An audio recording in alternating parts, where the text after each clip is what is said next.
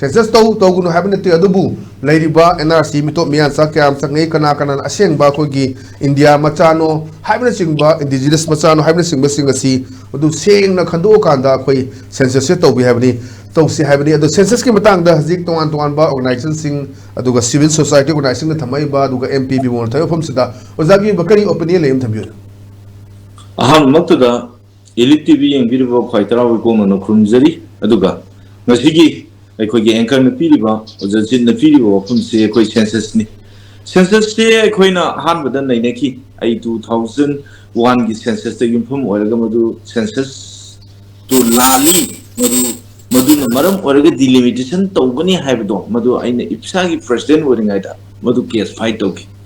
ꯍꯥꯏ ꯀꯣꯔꯠꯇ case fight ꯇꯧꯔꯕ ꯃꯇꯨꯡꯗ ꯍꯥꯏꯔꯤꯕꯁꯤ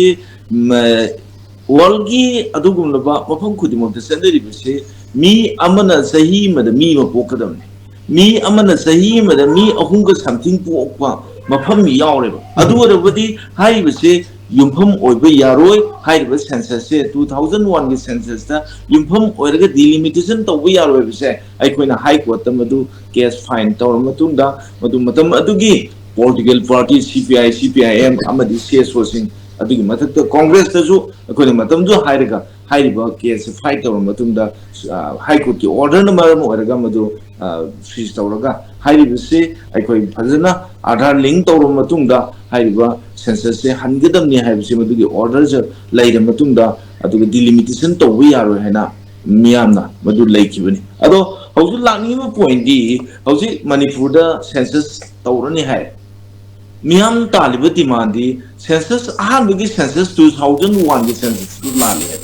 2001 के सेंसस तो लालबनी ना मखाता ना सेंसस से आराम बदे युम्फम ओरगा सुम तौरगदी लेबाक सिदा अखोगी तसेना मिटो मयाम मफम मरांग खंगदबा कमाई दौना चंगै नोइसु खंगदबा मयाम जुना पुंजिलगा अखोई मणिपुर से अखोई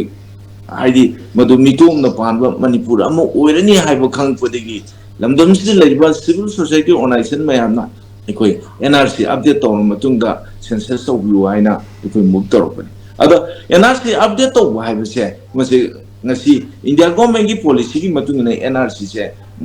आइदि मितो खंतोंग नबगी अदुम India की सना कानून हाइबो सना कानून से तौबीर मतुंग द सेंसस तो हाइबनी सेंसस तौदा थिंग बकसु लेते delimitation तौदा थिंग बकसु लेते करी की दमक त थिंगी बनो हाइबदो India government अमदि मणिपुर government अमदु खंगदमने मरमदि आरानबदि युमफम मोरगा थबुक तौबसे मसि फत्ते तौगोम छि हाइबने असवामना फजना हाइबे वफुम जे इंडिया गवर्नमेंट ना बायलेट तौरिबा मणिपुर गवर्नमेंट ना मदु बायलेट तौरोगदि मदु हाइदे लेबाक सिदा इरांग थोंगना नबो मसा ओइगनी यारगदि आइखोइगी ngasiगी मरि लेनबो अथॉरिटी मणिपुर गवर्नमेंट अमदि इंडिया गवर्नमेंट ना आरामबदि युमफम ओरगा सेंसस तौबिगनु अदुगा डिलिमिटेशन तौबिगनु हाइरिबा आइखोइ मियामना तालिबसे इंडिया की सना कानूनदा NRC हाइबसे मसी मितो खंतोंग नबा अदुगोलबा इंडिया की ओइबा मधु सना कानूनी अदु बतारे मिटोप तो खंतो मतुंगदा सेंसस तो तौबिरो अदुगा डिलिमिटेशन तो तौबिरो मधुदा अखोई मियाम न वेलकम तौई हाइबसे आई मियाम द थमजगे अदुगा अखोई नसी इरमदम द लेबे इरेसा खुदिमंगना नसी तालिबे डिमांड से असुमबदि युमफम ओइबनिना नसी लेंगात लेबिरिबसिंगसु मुन्ना खंथबिरगा अखोई असुमबद तौबियु हाइबसे आई मियाम द